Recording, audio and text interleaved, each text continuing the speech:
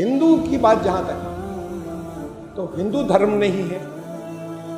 हिंदू लफ्ज जो है उसकी आज तक परिभाषा, डेफिनेशन ही तय नहीं हो पाई, आज तक नहीं तय हुई। तो जिस लफ्ज की डेफिनेशन ही तय नहीं हो पाई उसके बारे में क्या कहा जाए। डेफिनेशन इसलिए तय नहीं हो पाई कि वो उसका किसी आस्था से कोई ताल्लुक नहीं है। जो लोग ईश्वर को नहीं मानते वो भी हिंदू होते हैं, जो ईश्वर को सिर्फ एक और निराकार मानते हैं वो भी हिंदू कहलाते हैं, जो बहुत से देवी देवताओं की शक्ल में साकार उपासना करते हैं वो भी हिंदू कहलाते हैं। खाना पीना, पहनना, पहनावा, बाकी तमाम चीजें, मान्यताएं सब बहुत अलग अलग हैं, वो सब हिंदू कहलाते हैं। तो फिर हिंदू को किसी आस्था से, किसी भी धर्म की विचारधारा से तो जोड़ा ही नहीं जा सकता। शब्द भी पुराना नहीं है। तो फिर ये तो बहुत से मान्यताओं या बहुत से हम मत कह लें, बहुत से मतों का कलेक्शन, मजमुआ है, तो एक धर्म है ही नहीं। इसमें वो भी शामिल है जो सिरे से ईश्वर को नहीं मानते। तो इसका ये स्थानवाचक शब्द, मकाम से ताल्लुक, हिंदुस्तान से जिसका ताल्लुक हो, जो हिंदुस्तान में पैदा हुआ, उन्हीं लोगों को उन्होंने नाम दिया था, हिंदुस्तानियों को, अरबों ने, कि ये हिंदी है, जो लफ्ज़ हिंदू बन गया। तो हिंदू का मतलब हिंदुस्तान में रहने वाला। मैं खुद हिंदू हूँ इसलिए कि हिंदुस्तान का रहने वाला हूँ। आपकी समझ में आए या ना आए, लेकिन माने चाहे ना माने, लेकिन आप भी हिंदू हैं इसलिए कि हिंदुस्तान के रहने वाले हैं। इसका किसी विचारधारा से कोई ताल्लुक ही नहीं है तेरे से। Subscribe the channel and press the bell icon to get an update. अल्हम्दुलिल्लाह, अल्हम्दुलिल्लाहिल्लज़ी लहू हम्दन कसीरन कमा अमर, व अशहदु अल्ला इलाहा इल्लल्लाह वहदहु ला शरीका लह, व अशहदु अन्ना सय्यिदना व नबिय्यना व मौलाना मुहम्मदन अब्दुहु व रसूलुहु। बिरादरान किराम, काफ़ी अरसे से ये कहा जाता था कि इस्लाम तो ठीक है लेकिन मुसलमान बहुत बिगड़ गए, उनकी ज़िंदगी में इस्लाम नहीं है। 2014 से ये प्रचार शुरू हुआ कि प्रॉब्लम असल इस्लाम में ही है, मुसलमानों का कसूर नहीं है। फिर वो प्रचार बहुत फैला। जिनके हाथ में प्रचार मशीनरी है वो इतनी स्ट्रांग है कि वो बड़ी तादाद को इसका यकीन आ गया चंद सालों के अंदर। और इसमें जाहिर है कि मुसलमानों के जो अपने अमाल हैं, कर्म है, उसका हिस्सा है बहुत बड़ा। अब यही वाक़या फिर इनके साथ पेश आ गया, सनातन धर्म के। अभी पिछले शनिचर के दिन 2 तारीख को तमिलनाडु के जो चीफ मिनिस्टर हैं, मुख्यमंत्री, उनके साहबजादे, वो खुद भी मंत्री हैं, उदयनिधि स्टालिन, उन्होंने हिला दिया पूरे मुल्क को ये कहकर, ये बयान देकर कि सनातन धर्म मलेरिया है, सनातन धर्म डेंगू है, इसकी सिर्फ मुखालफत नहीं होनी चाहिए, इसको तो सिरे से सफाया कर देने की ज़रूरत है, साफ कर देने की ज़रूरत। हंगामा मच गया। ये बात किसी मुसलमान ने कही होती तो जेल में होता इस वक्त। और सिर्फ यही नहीं, कुछ और दफ़ाएं भी लग जाती जो इससे अलग हैं कि जमानत न हो सके। अब चल रहा है हंगामा पूरे मुल्क के अंदर। उसमें ये बात जब हमारे प्रधानमंत्री जी तक पहुंची तो उन्होंने कहा कि हमारे मंत्रियों को इसका मुनासिब जवाब देना चाहिए। बज़ाहिर बात बड़ी माकूल सी थी, बड़ा बैलेंस जवाब था, माकूल जवाब दिया जाना चाहिए। जो कुछ उन्होंने कहा था वो वाकई जवाब देने के लायक है। उनके हुक्म पर फौरन अमल शुरू हो गया और राजस्थान में जहां इलेक्शन इंतखाबात होने वाले हैं वहाँ हमारे गृह मंत्री जी ने और उसके अगले दिन जो डिफेंस मिनिस्टर हैं, रक्षा मंत्री जी, दोनों ने ये कहा कि ये जो बयान दिया है इनका तो सियासी गठजोड़ है कांग्रेस के साथ, तो इसलिए आप लोग कांग्रेस को वोट मत दें। तो ये एक मुनासिब जवाब शुरू हो गया। अब अगर प्रधानमंत्री जी को खुद स्कॉलर नहीं है, वो एक बात सनातन धर्म की थी, बात सियासत की नहीं थी। अगर वो तो जाहिर है कि उन्होंने धर्म को नहीं पढ़ा है, कोई वो स्कॉलर नहीं है, किसी अच्छे सनातन धर्मी स्कॉलर को बुलाकर समझ लेते इसका क्या जवाब होना चाहिए। आचार्य प्रशांत को बुला लेते, उन जैसे किसी और को बुला लेते, लेकिन उनकी जो समझ में आया वो उन्होंने हिदायत दी, उस पर अमल शुरू हो गया। फिर अयोध्या में एक महंत हैं रामचंद्र दास, उन्होंने, आचार्य भी साथ में लगाते हैं वो, उन्होंने 10 करोड़ का इनाम रख दिया इनके सिर पर, उदयनिधि के, और साथ में ये कहा कि अगर किसी की हिम्मत नहीं पड़ी, लोग डर से अगर किसी ने नहीं किया तो मैं खुद जाकर हत्या करूंगा उनकी। और फिर उन्होंने भी अमल करके दिखा दिया। उन्होंने एक पिक्चर मंगाई उदयनिधि की, तलवार से उसकी गर्दन उड़ा दी और उसके बाद उसे जला दिया। उनका अमल भी कर लिया कि मैंने खुद ही हत्या कर दी अगर किसी की हिम्मत नहीं पड़ रही थी। ये एक आचार्य का अमल था, जो आचार्य लिखते हैं अपने आप को, सनातन धर्म के आचार्य। उनकी भी ये समझ में नहीं आया कि वो जिन चीज़ों पर सनातन धर्म की उन्होंने कहा था, और सबसे ज़्यादा बड़ी बात जिसको कहा, एक तो महिलाओं के बारे में कहा उन्होंने, महिलाओं का बहुत नीचा स्तर है सनातन धर्म के अंदर, और छुआछूत और ऊंच नीच की बात की कि सनातन धर्म के अंदर ये सब। इसका जवाब देते कि नहीं ये नहीं है, अगर दे सकते थे तो हवालों से देते, तो ये वो नहीं कर सकते थे, वो आचार्य हो, तो उन्होंने गर्दन उड़ा दी। अब तरह तरह के और बहुत से रिएक्शन आए, पूरे मुल्क में हंगामा है। मैं सबको छोड़ रहा हूं दरमियान कि किस किस ने क्या क्या कहा। इतना और हुआ कि तमिलनाडु में सबसे पहले तो रिस्पांस आई, जवाब आया अमित मालवीय का, जो भारतीय जनता पार्टी के आईटी सेल के हेड हैं। तो सबसे पहला रिस्पांस उनकी आई कि ये आदमी उदयनिधि जो है 80% हिंदुस्तान के लोगों का कत्लेआम करना चाहता है। उन्होंने तो ऐसी कोई बात नहीं कही थी, उन्होंने सनातन धर्म की बात की थी, 80% लोगों के कत्लेआम की नहीं कही थी, हिंदुस्तान के 80% लोगों को। अमित मालवीय का बयान आया, उनके जो उनका मिजाज है वो उसके मुताबिक ठीक भी था, वो बयान उनसे इसी की तवक्को थी, इसी की आशा थी। तो फिर तमिलनाडु में ये हुआ कि इन दोनों के खिलाफ FIR हो गई, इनके आचार्य जी के भी और अमित मालवीय के भी। फिर जवाब में उत्तर प्रदेश में भी FIR हुई, उत्तर प्रदेश में FIR हुई उदयनिधि के खिलाफ, और कांग्रेस के जो सदर हैं और उनके लड़के, उन्होंने भी इस बयान की तायीद की थी।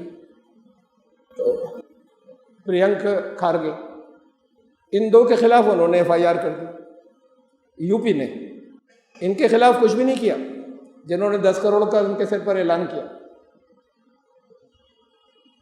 अब ये है मिजाज अलग अलग जगहों का और मुल्क का, और ये एक बाकायदा एक जंग सी सामने आ गई, चल रही है, 1 हफ्ते से बड़ी गर्मी है। मैं फिर कह रहा हूं कि होना तो ये चाहिए था कि सनातन धर्मी स्कॉलर खड़े होते और कहते सनातन धर्म का इन बुराइयों से कोई ताल्लुक नहीं जो आपको दुख दे रही है, जिनको आप कह रहे हैं, इसका सनातन धर्म से कोई ताल्लुक नहीं, हवालों से बताते। जवाब तो होता तो ये, जब ये जवाब जो नहीं दे सकता, वो जो कुछ करता है वो उसका मुख्तसर से मैंने बताया, और भी बातें हैं जिन्हें छोड़ रहा हूँ। असल में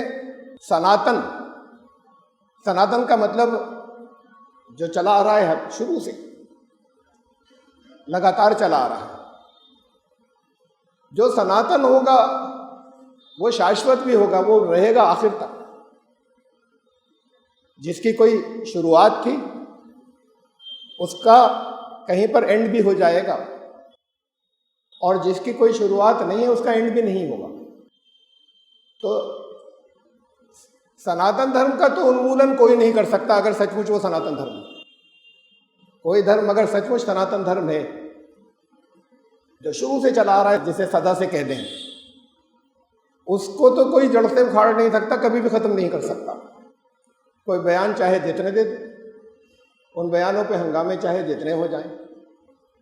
हुआ ये कि सनातन धर्म जब कभी आया था हज़रत ईसा से हजारों साल पहले, धर्म के बारे का यही होता है कि धर्म आता है, धर्म वो होता है जिसने इस दुनिया में पैदा किया, उसने क्या बताया उसे धारण करने को धर्म कहते हैं, उसे धर्म कहा जाता है। और वो सारी दुनिया के इंसानों के लिए होता है। वो ऐसा नहीं होता कि वो बदलता रहे। धर्म पर अमल करने का, उसे इम्प्लीमेंट करने का, उसको नाफिज करने के तरीके बदलते रहते हैं। वो बदलने ज़रूरी भी है वक्त के साथ। इसलिए कि प्राचीन काल में, पुराने ज़माने में एक जगह से दूसरी जगह तक कम्युनिकेशन नहीं था, कोई मैसेज पैगाम नहीं पहुंच सकता था। और ये भी था कि जब एक ही खित्ते में लोग रहते थे, एक ही इलाके में लोग रहते थे, तो उसको नाफिज करने या उसको इम्प्लीमेंट लागू करने के जो सिद्धांत थे, वो सिद्धांत लागू करने के अंदर वहाँ के लोगों की रियायत रखी जाती थी, उनके मिजाजों का ख्याल रखा जाता था।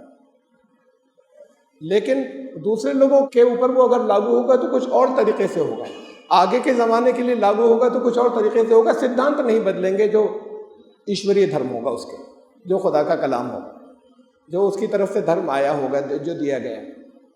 तो फिर धर्मों के साथ ये हुआ, धर्म के साथ, धर्मों तो कहना ही गलत है, धर्म तो एक ही रहेगा, धर्म बहुत से नहीं हो सकते, इसलिए कि जो कुछ उसने चाहा उसे लोग अपनाएं, उसे धर्म कहते हैं। तो वो बहुत से नहीं हो सकते, वो एक ही रहेगा। लेकिन हुआ ये कि कुरान ने बताया जो कुछ, कुरान ने ये बताया कि धर्म के उसूल कभी नहीं बदले, उसका निफाज, उसका इम्प्लीमेंटेशन वक्त के साथ बदलता रहा। उसमें यह भी हुआ कि पहले चीज़ों को सही तरीके से रिकॉर्ड कर लेने के साधन नहीं थे, ज़राए नहीं थे, तो कुछ चीज़ें लोग बदल भी देते थे, कुछ निकाल भी देते थे, कुछ जोड़ भी देते थे, और कुछ चीज़ों के अर्थ माने भी बदल देते थे। तो फिर कुरान ने कहा कि सारी मानवता जो है वो उसी एक ईश्वर की बनाई हुई है, सबको ज्ञान की ज़रूरत है। तो फिर किसी और इलाके में, जैसे कुरान ने उम्मत कहा, किसी और नेशन के अंदर उसने अपने ईशदूत भेजे, उन ईशदूतियों के माध्यम से वही धर्म दिया, उसकी भाषा बदली थी। कहा वलिकुल्ली उम्मतिन रसूल, रसूल हर उम्मत में आए, वमा अरसलना मिन रसूलिन इल्ला बिलिसान कौमी, जहाँ भी रसूल आए, ईशदूत आए, वो वहाँ की भाषा में संदेश लाए, वही संदेश, दिन कभी बदला नहीं। ये सिलसिला जारी रहा, लेकिन लगातार ऐसे ही होता रहा कि धर्म की हानि होती रही या धर्म खोता रहा। जो मैंने वजूहात बताई, इन वजूहात की वजह से यहाँ तक कि वो दौर आ गया जब रिकॉर्ड रखने के साधन भी आ गए, जब सारी दुनिया पैगाम पहुँच सकने के हिसाब से एक मकाम बनने जा रही थी, और जब एक जगह से दूसरी जगह दुनिया के हर हिस्से में लोग पहुँच सकते हैं, वो वक्त भी बस सिर पर था। उस वक्त कुरान आया। अब ये बात दरमियान में और भी बहुत से रसूल आए थे जो उसी धर्म को लेकर आए थे, लेकिन ये बात आज सिर्फ कुरान में सुरक्षित है, ये बात आज सिर्फ कुरान में मौजूद है कि असल धर्म सनातन धर्म, ये कुरान उसी का एक ग्रंथ है, उसी का अंतिम ग्रंथ, मूल मैसेज, बुनियादी पैगाम कभी नहीं बदला। कुरान ने धर्म का नाम भी नहीं बदला। आपको बाइबल से ये नहीं मिलेगा कि धर्म सनातन धर्म है, बाइबल में ये नहीं मिलेगा, यहूदियों की किताबों में नहीं मिलेगा, ईसाइयों की किताबों में नहीं मिलेगा। उनकी तो असल किताबें ऐसी खोई कि उसका ओरिजिनल टेक्स्ट, उसका मतन भी आज दुनिया में मौजूद नहीं है, ट्रांसलेशन इशू होते हैं, और जो मैन्युस्क्रिप्ट्स रखे हुए जहाँ से ये हस्तलिपियाँ, जहाँ से ट्रांसलेशन दी जाते हैं, वो हज़रत ईसा की, हज़रत मूसा की, इनकी अपनी ज़बान में नहीं है, वो यूनानी और लातीनी, ग्रीक और लैटिन ज़बानों के अंदर, जो उनकी लैंग्वेजेस नहीं थी, बाद की लिखी हुई चीज़ें, और उससे सब ये इशू हुआ करते हैं। तो उनके पास तो असल ज़बान भी गई, तो फिर जाहिर है कि बहुत कुछ बदला गया उसके अंदर। अब मैंने सिर्फ इतनों के नाम लिए, और भी हैं। उन्होंने कहीं ये रिकग्नाइज नहीं किया कि धर्म सनातन धर्म है। उन्होंने कहीं ये रिकग्नाइज नहीं किया कि सनातन धर्म के माध्यम से, सनातन धर्म जिन ग्रंथों को लेकर आया था वो खुदा के कलाम थे। ये तो सिर्फ कुरान ने रिकग्नाइज किया। कुरान ने कहा कि ये जो सिर्फ ज़बान बदली है ना, ये कहा कि ज़बान बदलती रही, तो कुरान भाषा बदली, अरबी ज़बान के अंदर आया, लेकिन अरबी ज़बान में कुरान ने कहा कि ये जो दीन है, जैसे आप गुणात्मक शब्द है, सिफाती नाम है इस्लाम जिसे आप कहते हैं, कहा ये दीन क़य्यिम है, ज़ालिका दीनुल क़य्यिम। दीन कहते हैं धर्म को, मज़हब या रिलीजन को नहीं। दीन कहते हैं धर्म को, क़य्यिम कहते हैं वो जो हमेशा से कायम हो, सदा से चला रहा सनातन को। तो अरबी ज़बान में दिया, कुरान ने तो नाम भी नहीं बदला, उसे ज़बान बदली खाली। और कुरान ने ही आदि ग्रंथों को भी रिकग्नाइज किया, उसको मान्यता दी। कुरान ने तो कहा पिछली सब किताबों में ईमान लाना, लेकिन आदि ग्रंथों को भी मान्यता दी उसने। कुरान ने कहा इन्नहु लफ़ी ज़ुबुरिल अव्वलीन, यही कुरान का असल पैगाम जो है वो तुम्हें आदि ग्रंथों में भी मिलेगा। ज़ुबुरिल अव्वलीन, आदि ग्रंथों, उसमें भी तुम्हें इसी कुरान का असल पैगाम मिलेगा। और किसी ने ऐसा नहीं किया दरमियान, ये सिर्फ कुरान ने उसको वापस रिस्टेट किया कि असल नाम ये था, ज़बान बदल कर उसमें ये नाम लिया। और आदि ग्रंथ जो वेद कहलाते हैं उसको रिकग्नाइज किया कि वहाँ पर तुम्हें आदि ग्रंथों में यही मैसेज मिलेगा, उसूली तौर पर सैद्धांतिक रूप में। हाँ, उसका इम्प्लीमेंटेशन और निफाज लागू करने का समय के अनुसार, ज़माने के एतबार से उसके तरीके बदले होंगे, सिद्धांत और उसूल नहीं बदले।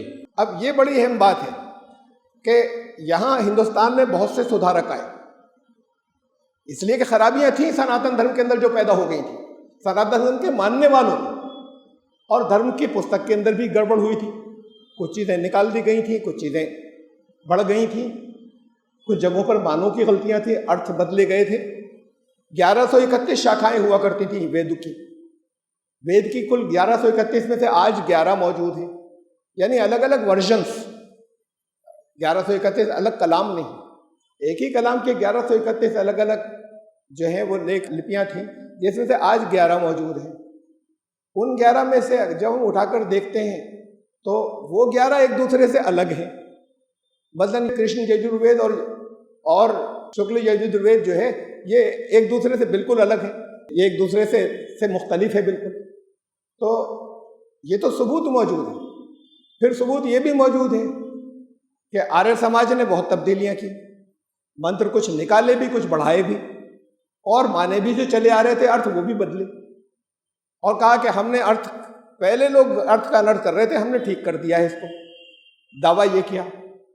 अब दरमियान में जितने बहुत से सुधारक खड़े हुए, बहुत से खड़े हुए सुधारक खड़े हुए, इसलिए कि लोगों में बड़ा करप्शन आ गया था, लोग सनातन धर्म पर नहीं रहे थे। जब नहीं रहे थे तो सुधारक आते उन खराबियों को दूर करने के लिए जो फैल गई। उसमें ये सबसे बड़ी खराबी थी, ये जात पात वाली और महिलाओं की समस्या वाली भी, ये सबसे बड़ी खराबियां थी जो लोगों के कर्मों और अमल के अंदर आ गई थी। उन सुधारकों के साथ में अजीब एक बात हुई, वो इसे ठीक करने के लिए उठे थे, वो लोग सनातन धर्मी थे, लेकिन उन्होंने जो कुछ दिया उससे धर्म का नाम भी बदल गया, सनातन धर्म नहीं बचा, और बहुत सी शिक्षाएं भी बदल गई। जो कुछ उन्होंने दिया, खड़े हुए थे सुधार करने के लिए, इन खराबियों की इस्लाह करने के लिए। अब जैसे प्राणनाथ जी आए, उन्होंने जो कुछ बताया वो परिणामी धर्म बन गया। कबीर आए इस्लाह करने के लिए बहुत सी खराबियों को, उन्होंने जो कुछ सिखाया वो एक अलग धर्म, कबीर पंथ बन गया वो। दरमियान में और तरह तरह के इसी तरीके से बसवन्ना आए, उन्होंने जो तालीम दी, जगह जगह बहुत से देवी देवताओं को लोग पूजने लगे थे, उन्होंने कहा सिर्फ एक है। उन्होंने जो कुछ तालीम दी वो आगे जाने के बाद लिंगायत बन गया, सनातन धर्म जो है वो नहीं बचा।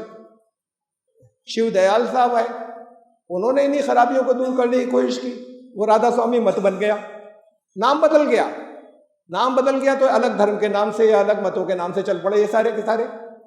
वो अब हमारा कॉन्स्टिट्यूशन तो उनको चाहे गिनता रहे कि ये सब सनातन धर्मी है, लेकिन असल में तो ये सब सनातन धर्मी नहीं है। और फिर अभी करीब के दौर में, और ज्यादा करीब के दौर में, आर्य समाज ने भी नाम बदला, नाम बदल के उसका कर दिया आर्य समाज सनातन धर्म के। तो इनके तो बहुत से जो शास्त्रार्थी थे, बहसें करने वाले सनातन धर्मी पंडितों से इनके मुकाबले होते थे। वहां इन्होंने बड़ा मजाक उड़ाया लफ्ज़ सनातन धर्म का, बेपनाह मजाक उड़ाया उन शास्त्रार्थियों ने। तो वो किसी आर्य समाजी से मिलिए, वो नहीं कहता कि हम सनातन धर्म पर हैं, हम आर्य समाज पर हैं। तो इन्होंने भी नाम बदल दिया और किताब को तो रेफर किया, वेद को, आदि ग्रंथों को, लेकिन उसके अंदर तब्दीलियां की। इसका मैंने अभी इशारा किया था। यहाँ हवाले देना बहुत दे सकता हूँ मैं, यहाँ हवाले देने का वक्त नहीं है इस खुतबे के अंदर। जो लोग लेना चाहें मुझसे ले सकते हैं, बात को पूछ सकते हैं। तो ये तो सिर्फ इस्लाम था जिसने उस नाम को बाकी रखा है और उस ग्रंथ की महत्ता भी बाकी रखी, उसकी अहमियत भी बाकी रखी जो शुरू से आया था। इसलिए कि ईश्वरियत का दिया हुआ धर्म कभी बदलता नहीं। ये उसके बीच बीच में एडिशन आ सकते हैं, जिसका कुरान आखिरी एडिशन है, वो जिसका वेद पहला एडिशन था। इस बात को समझने की जरूरत है। कुरान के मानने वाले भी बदले, कुरान नहीं बदल सका। उस दौर में आया था कि उसके बाद अब कुछ नहीं बदलेगा। हद ये है, ये आखिरी दर्जे की बात कि अब नहीं, अब तो गीता में भी कुछ बदलाव नहीं हो सकता। बहुत से अच्छे सुलझे हुए सनातन धर्मी कहते हैं गीता है ऐसा ग्रंथ जिसके अंदर ये कमियां नहीं हैं, जिन कमियों की तरफ से उन्होंने, जिसके खिलाफ रिवॉल्ट किया या बगावत की, उसमें नहीं है। गीता में 9वां अध्याय 32वां श्लोक, उसके अंदर कहा गया कि चाहे पाप योनया, पाप योन, ये सब गुनाह के नतीजे में वजूद में आए हैं। स्त्रियों, वैश्यास तथा शूद्रास तेयपे, ये औरतें हों, महिलाएं, या वैश्य हो या शूद्र हो, ये सब पाप योनियां हैं, गुनाह के नतीजे में वजूद में आए हैं। ये जरूर कहा गीता के श्लोक के अंदर। तो ये 32वां श्लोक जो है इनके गीता के 9वें अध्याय का, उसके पूरा का मतलब ये कि ये सब तो है पाप योनियां, लेकिन जो कोई मेरे पास आता है वो फिर पाप योनियों में चाहे हो, वो वीरगति को प्राप्त हो जाता है, यानी उसकी निजात फिर हो जाती है। लेकिन इसको तो रिकग्नाइज किया कि ये जितने हैं मौजूद, इनमें औरतों में, वैश्य में और शूद्र की शक्ल में, ये पाप के नतीजे में इधर पैदा हुए हैं, पापों के नतीजे में पाप योनियां हैं। तो बहरहाल गीता तक में ये बात आ गई। किसी चीज के अंदर अगर, और आज किसी भी ग्रंथ को नहीं बदला जा सकता जिस हालत में आ चुके हैं हिफाजत के तरीके के हिसाब से। ये चीज तो सिर्फ कुरान के अंदर मौजूद है कि उसका मोहम्मद रसूलुल्लाह सल्लल्लाहु अलैहि वसल्लम की जबान से जो कुछ निकला था वहां से लेकर आज तक एक लफ्ज भी नहीं बदला। ये खाली दावा नहीं है, इसके बहुत सबूत हैं। जिसका दिल चाहे उन सबूतों पे, जिसको इसने चैलेंज करना चाहे, कुरान तो देता चला आया है चैलेंज, जिसका दिल चाहे उस पर मुझसे गुफ्तगू कर ले, सबूत ले ले। अब कुरान जब इसको रिकग्नाइज कर रहा है तो दरमियान के लोगों को भी मानना चाहिए, नंबर 1। नंबर 2, सनातन धर्म उन्होंने ये बयान दिया इसलिए कि लोगों के अंदर बुराइयां देखी, सनातन धर्म के नाम के ऊपर कुरीतियां देखी, तो असल में उसकी वजह से दिया जो सारा बयान दिया। तो फिर सनातन धर्म के विद्वानों को चाहिए कि इस पर गौर करें कि उन कुरीतियों को कैसे खत्म किया जाए कि सनातन धर्म भी बाकी रहे, वो सनातन धर्म का हिस्सा ना बने। और उन कुरीतियों को कैसे खत्म किया जाए, कुरीतियां तो हैं वो, ये कहने से तो ऐसा तो लड़ाई और ये जो बढ़ जाएगी तो उसके अंदर तो, अगर भौगोलिक तौर पर देश अगर विभाजित नहीं होगा तो जहनी तौर पर तो बिल्कुल हो जाएगा, या नॉर्थ और साउथ बिल्कुल अलग अलग हो जाएंगे। इसलिए कि उसके अंदर जो सिद्धरामैया जी हैं, कर्नाटक के चीफ मिनिस्टर, इस सारे एपिसोड के अंदर उन्होंने भी बयान दिया, मेरे साथ भी हो चुके हैं ये पक्षपात। मैं केरला के अपना कोई वाकया बताया उन्होंने, मैं केरला के एक मंदिर में गया था, मुझसे कहा गया कि अपनी शर्ट उतार कर आओ, अंदर उसके बगैर नहीं आओगे। और वो सिलेक्टेड कुछ लोगों की उतरवाई जा रही थी, हर एक के नहीं उतरवाई जा रही थी। मैंने मना कर दिया, मैं बाहर खड़े होकर कर लूंगा जो कुछ मुझे करना है, मैं नहीं आऊँगा शर्ट उतार के अंदर। तो कुछ लोगों की, अब उन्होंने और आगे तफसील नहीं की, सियासी आदमी है ना, तो उसमें बहुत सी दिक्कतें हो जाती कि किन लोगों की शर्ट उतारने को कहा जा रहा था। उनका मुझसे कुछ कहा गया तो, लेकिन मैंने अंदर जाने से मना कर दिया, शर्ट मैंने अपनी नहीं उतारी। हम ये जानते हैं कि चारों तरफ भेदभाव है जन्म के आधार पर, पहले बहुत था, आज भी कम नहीं है, बहुत है, चाहे उतना न रहो कानून तरह तरह के बन जाने की वजह से। असल बात यह है कि जरूरत इस बात की है कि सही सनातन धर्म को पेश किया जाए। अब इसमें ही 3 अल्फाज आते हैं। दावा करते हैं ये हमारी हिंदुत्व की जो ब्रिगेड है वो दावा करती है हम सनातन धर्मी हैं। ये भी कहा जाता है कि हिंदू सारे सनातन धर्मी हैं। एक लफ्ज़ सनातन धर्म, ये 3 नाम आ रहे हैं उसके एतबार से, यानी लोगों के डिवीजन, कुछ मान्यताओं के एतबार से। हिंदुत्व तो 100 साल पुराना है। ये सावरकर के कलम से पैदा हुआ था, उससे पहले इसका कोई अस्तित्व और वजूद नहीं था। इसलिए इसे तो एक तरफ उठाकर रख दीजिए, जो कुछ मिलेगा कुरीतियां ही मिलेंगी। जिसकी बुनियादें नफरत पे हो, फिर श्री गोलवालकर जो थे उन्होंने इसको, वहाँ से पैदा हुआ था, उन्होंने इसको परवान चढ़ाया। हिंदू की बात जहाँ तक है तो हिंदू धर्म नहीं है। हिंदू लफ्ज़ जो है उसकी आज तक परिभाषा, डेफिनेशन ही तय नहीं हो पाई, आज तक नहीं तय हुई। तो जिस लफ्ज़ की डेफिनेशन ही तय नहीं हो पाई उसके बारे में क्या कहा जाए। डेफिनेशन इसलिए तय नहीं हो पाई कि वो उसका किसी आस्था से कोई ताल्लुक नहीं है। जो लोग ईश्वर को नहीं मानते वो भी हिंदू होते हैं, जो ईश्वर को सिर्फ एक और निराकार मानते हैं वो भी हिंदू कहलाते हैं, जो बहुत से देवी देवताओं की शक्ल में साकार उपासना करते हैं वो भी हिंदू कहलाते हैं। खाना पीना, पहनना, पहनावा, बाकी तमाम चीज़ें, मान्यताएं सब बहुत अलग अलग हैं, वो सब हिंदू कहलाते हैं। तो फिर हिंदू को किसी आस्था से, किसी भी धर्म की विचारधारा से तो जोड़ा ही नहीं जा सकता। शब्द भी पुराना नहीं है, ये तो फजूल है हमारे, और पता नहीं किसने कह दिया था, और बड़े अच्छे अच्छे स्कॉलर कहते आज तक चले आ रहे हैं कि हिंदू शब्द जो है वो इन्होंने दिया, अफगानियों ने दिया। वहाँ से उधर से ये आए थे जो आक्रमणकारी, उनकी भाषा के अंदर, नहीं फारसी के अंदर उसको हा कह दिया जाता था जो सा होता था। 2-3 मिसालें दे दी उन्होंने कि वो लोग सा को हा से बदल देते थे। तो फिर यहाँ पर सिंध को उन्होंने हिंद कर दिया और इधर के बाशिंदे फिर बात को हिंदू कहलाए। बिल्कुल गलत, झूठी थ्योरी है, यानी सबूत हैं उसके। ये तो बहुत बात की बात है। अफगानिस्तान से जो लोग आए यहाँ पर, जो रूलर्स आए, इससे बहुत पहले मोहम्मद रसूलुल्लाह सल्लल्लाहु अलैहि वसल्लम की हदीसों में हिंद लफ्ज़ मौजूद है। अरब लोग हिंद के नाम से अहादीस मौजूद हैं, हदीसें मौजूद हैं। हिंद को बड़ा अच्छा समझा जाता था। वहाँ सहाबा कहते थे, हज़रत अली ने कहा जन्नत की खुशबू आती है हिंद से। तो उनके यहाँ बड़ा ऊंचा मकाम था हिंद का, तो हिंद को बुरा नहीं माना जाता था। और हिंद और सिंध ये दोनों शब्द उनके यहाँ मौजूद थे, दोनों अल्फाज मौजूद थे। सिंध को बदल के हिंद नहीं किया गया। तो ये हमारे स्कॉलर नहीं जानते, हमारे से मतलब गैर मुस्लिम स्कॉलर नहीं जानते कि लफ्ज़ हिंद तो वहाँ पे चला आ रहा है। अपनी खूबसूरत औरतों के नाम वो हिंद और हिंदा रखा करते थे, अरब लोग जो रखते थे। तो अब जो अरब लोग वहाँ से आए, हज़रत अबू बकर सिद्दीक़ के दौर में यहाँ पर रसूलुल्लाह सल्लल्लाहु अलैहि वसल्लम के दुनिया से तशरीफ़ ले जाने के तकरीबन फ़ौरन बाद लोग कहते हैं तभी आ गए थे, लेकिन इसके तो सबूत हैं उसके फ़ौरन बाद यहाँ हिंदुस्तान में दाखिल हुए थे।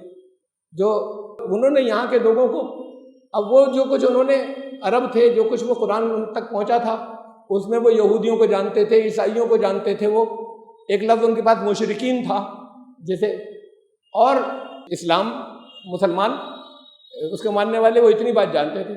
तो उन्होंने यहाँ पर तो बहुत से धर्म चारों तरफ फैले हुए थे अलग अलग मान्यताओं के।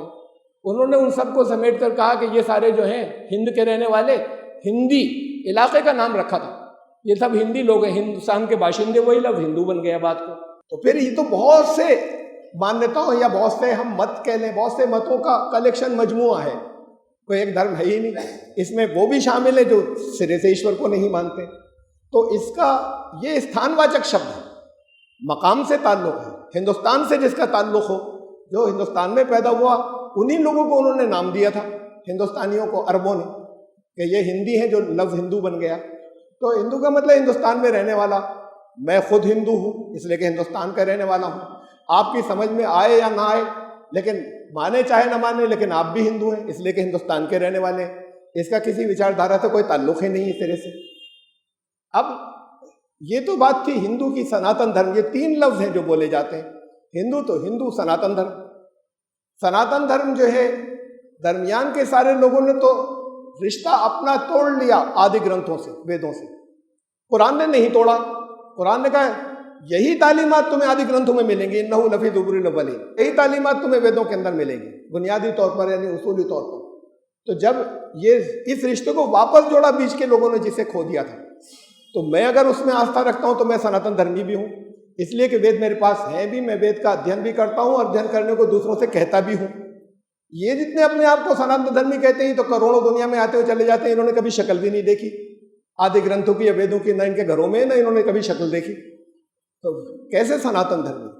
असल बात तो ये है कि किसी भी तरीके से इसे बैठने के बाद वेद क्या कहते हैं, क्या उन्होंने, वेद ने उसको मना किया है और मुखालफत की है, जात पात की इसके मुखालफत की है या नहीं की है? क्या वेदों ने स्त्री को, औरत को वो मकाम दिया है कि जो गिरा दिया गया है उस गिराने से उठाकर क्या वो मकाम दिया है या नहीं दिया है? इन चीज़ों को लाइए और रखिए। और अगर न मिल सके तो कहीं तब्दीली हो गई, उससे ईश्वरीय ग्रंथ गलत नहीं होता, कहीं चेंजेस हो गए हैं, कहीं तब्दीली हो गई है कुछ चीज़ों के अंदर। तो अगर हो गई है तो फिर जब वो एक ही सीरीज के ग्रंथ हैं सारे, तो फिर जो आखिरी है, जो जिसने उसको वेरीफाई किया, जिसने कहा कि उसमें भी आस्था रखनी है, तो फिर उसके जरिए समझिए ना सनातन धर्म को। सनातन धर्म को कुरान के जरिए समझिए, उसकी जो मूलभूत शिक्षाएं हैं वो सारी कुरान के अंदर मौजूद हैं। बजाय इससे नफरत करने के, बजाय उस प्रोपेगेंडे से मुतासर होने के जो हिंदुत्व ब्रिगेड ने फैलाया है, इस पर आए और इसे देखें कि ये वही तालीमात देता है या नहीं देता है, वही पेश कर रहा है या नहीं पेश कर रहा है। इन्होंने औरत को क्या मकाम दिया है कुरान ने, मुसलमानों ने नहीं। और कुरान ने क्या लोगों के, इंसानियत के एक होने या नहीं होने के सिलसिले में क्या बात की है? कुरान ने कहा इन्ना खलक़नाकुम मिन ज़करिन व उन्सा व जअलनाकुम शुअबन व क़बाइला लितआरफ़ू। एक माँ बाप से सबको पैदा किया है हमने, और तुम्हारे अंदर फिर जो तरह तरह के कबीले बनाए वो पहचान के लिए हैं, ताकि एक दूसरे को पहचान सकें, जैसे ह्यूमन कैटलॉगिंग है, इन्ना अक्रमकुम इन्नल्लाह यत्क़ाकुम। लेकिन इज्जत उसकी ज़्यादा होगी, ये जन्म से नहीं होगा, जो ये कर्म से होगा। इज्जत उसकी ज़्यादा होगी जो ज़्यादा उसकी नाफरमानी से, अवज्ञा से बचने वाला हो ईश्वर की। ये कर्म के ऊपर आधारित होगी इज्जत, बड़ाई, ये पैदाइश से नहीं होगी। कुरान ने ये मैसेज दिया, और जब कुरान ने ये दावा किया कि यही तालीमात वहाँ वेदों में भी हैं, तो फिर वहाँ अगर अब आज नहीं मिल रही तो इसका मतलब कहीं खो गई, या लाइए कहीं से और दिखाइए। खो गई तो फिर इसे मानिए कि इसके ज़रिए हम बहुत सी चीज़ों को जो बिगड़ गई हैं सुधार लेंगे। पहले तो इस दावे को परखिए, ये नफ़रतों से काम नहीं चलेगा। ये मेरा वो तेरा, खुदा की तरफ से आया हुआ कलाम तो सबका होता है। वेद ब्राह्मण की बपौती खाली नहीं होंगे, यही तो बन गया था। जो आज हिंदू कहलाते हैं उन सब की भी नहीं, सनातन धर्मियों की भी नहीं, उनमें से भी सिर्फ ब्राह्मण का, सिर्फ वही पाठ कर सकता है, उसके अलावा कोई पाठ नहीं कर सकता। अब तो इसमें वो किसी एक की बपौती नहीं होगी, किसी एक की इजारादारी, अगर फिर वो तमाम इंसानियत के लिए होंगे, सबके लिए बराबर से होंगे। तमाम इंसानियत के लिए बराबर से ही कुरान होगा, सबके लिए होगा, चाहे बहुत से लोग नहीं माने कि हमारे लिए नहीं है, या मुसलमान उसको ऐसा बना लें कि तो सिर्फ हमारे लिए है। तो असल बात यह है कि इस संकीर्णता को दूर करके अगर सच जानना है, सच जानना है, हक जानना है, तो जो चीज़ें आज नहीं मिल रही वहाँ पर, वो ऐसा नहीं कि समय के साथ, वक्त के साथ ईश्वर की इच्छा बदल गई कि पहले तो इंसानों को उसने ही विभाजित किया था ऊंची जात और नीची जाति में, और अब वो बदल गई बात। ऐसा नहीं है, उसकी शिक्षा, उसके सिद्धांत, उसके प्रिंसिपल्स तो हमेशा एक रहेंगे।